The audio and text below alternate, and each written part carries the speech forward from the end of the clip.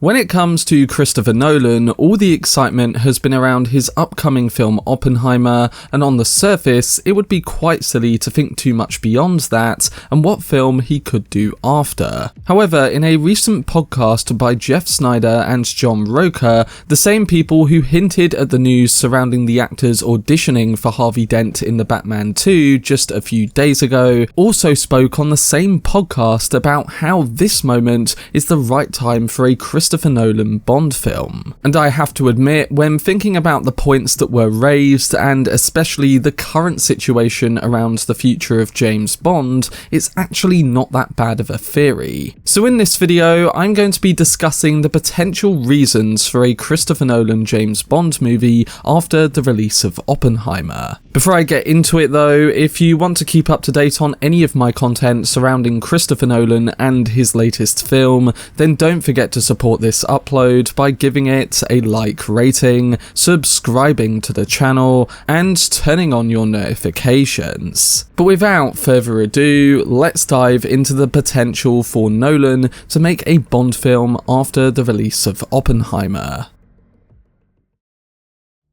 So when it comes to that mentioned Hot Mic podcast, Jeff Snyder began talking about the next James Bond movie and said that he believes that the Bond producers will go for a writer-director to helm the project. He then said that he believes Barbara Broccoli, one of the main Bond producers, is in no rush to hire the next filmmaker, while Amazon, who now own Bond after last year, are wanting decisions to be put in motion. He said that Amazon needs results and that they can't wait around for a decision on one of their biggest properties for far too long. But then he got into the juicy part of that theory. He said that when you now keep that info in mind and look at the timing of all of it, with the Bond producers waiting to greenlight another film and announce who's involved, isn't it funny that writer-director Christopher Nolan, who's always been heavily interested in making his own Bond film, is just about to release Oppenheimer, and after that, the industry is his oyster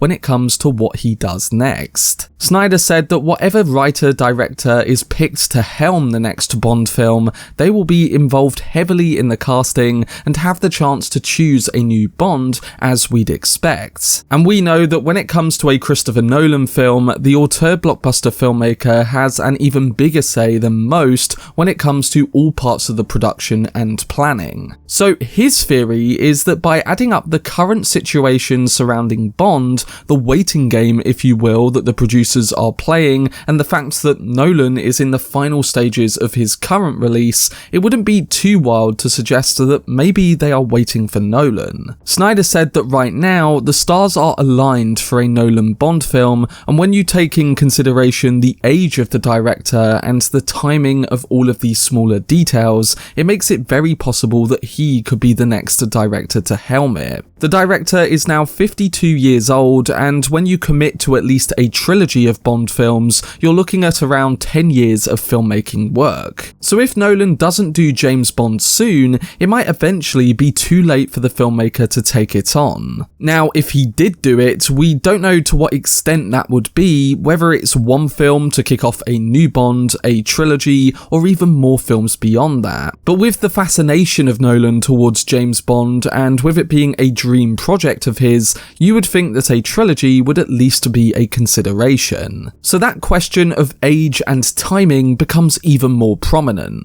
As Snyder was saying in his podcast, this is by far the right time for a Christopher Nolan Bond movie. For one, Nolan has been out of the franchise game for a good 11 years now, and while he said that his superhero days are over, he never said that his franchise days are over too. Not to mention that since the Dark Knight films, he's had multiple meetings with the Bond producers discussing his potential take on a film. Yes, those talks never materialized at the time, but it was in the middle of Daniel Craig's films, and the director made it clear that if he was to do it, he would want to put his spin on it. So returning to a franchise with a property that fits his blockbuster style, one that he's always wanted to make, and one that still allows for a good sense of reinvention and freshness every time, would be an ideal choice. And again, Bond can tick those boxes. As mentioned, he's always had a fascination with Bond, and he's gone on the record multiple times saying that On Her Majesty's Secret Service is one of his favourite films. Add on that Bond's practical filmmaking approach to action scenes has heavily influenced his take on the iconic Dark Knight trilogy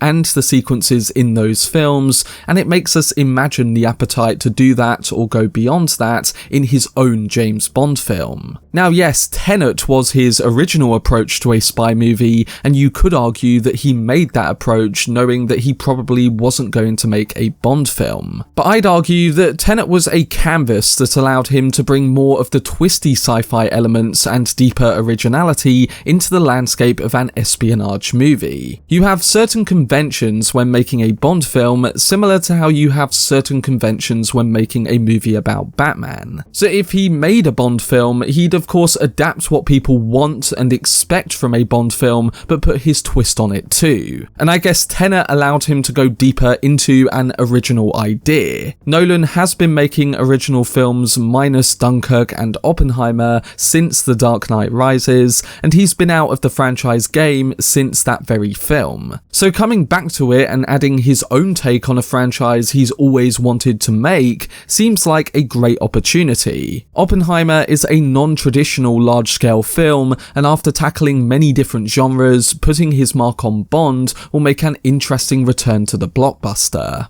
Now, we won't know what a Nolan Bond movie would look like because the filmmaker tends to take a unique stance with each genre of film he approaches. But I think that's exactly the intrigue of seeing a Nolan Bond movie. Not to mention that the audience for that kind of film will be quite desirable, combining the box office behemoth of Bond with the quite large audience base of a Christopher Nolan film. When it comes to the content though, the Bond movies allow for a sense of freshness with every new take, and I think to Nolan that is very intriguing. Each film is its own beast, and while you can set up things to come with that particular Bond, it's very driven by the storytelling and filmmaking in each individual project. And again, that is something that's reflected in Nolan's work too. Even when he made the Batman films, each one felt singular on its own storytelling merits. Yes, watching it as a trilogy enhanced the experience of Bruce Wayne's story, but you can watch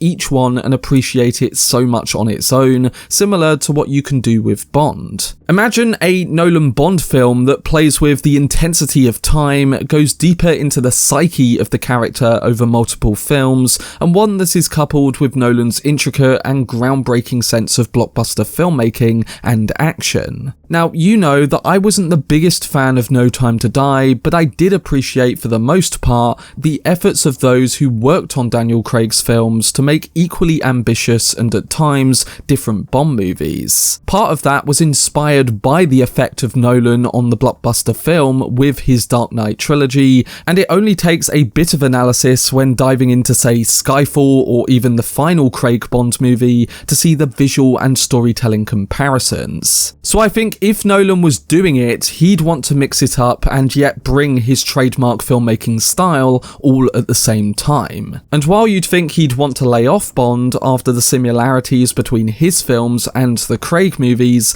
I think there's no better time to show that it can be elevated or took in a different direction. And like I referenced at the start, with the director now in his 50s, surely this is his moment.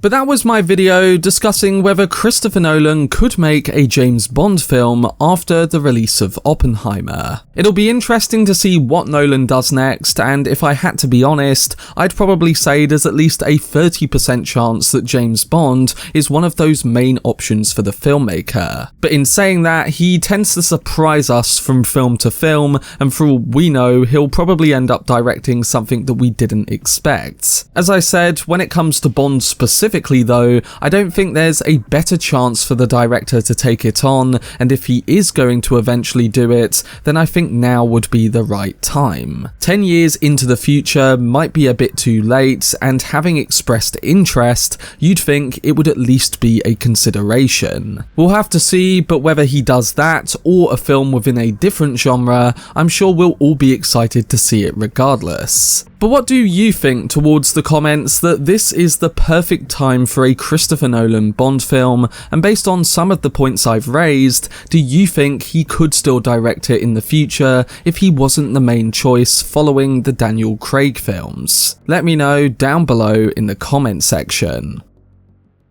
For much more videos and updates on Christopher Nolan and his upcoming film Oppenheimer, then subscribe to the channel and turn on your notifications. Also, if you enjoyed this video, remember to leave a like, rating, and follow me on social media via the links in the description. But anyway, I hope you guys enjoyed it. I've been Cortex, and as always, make some noise.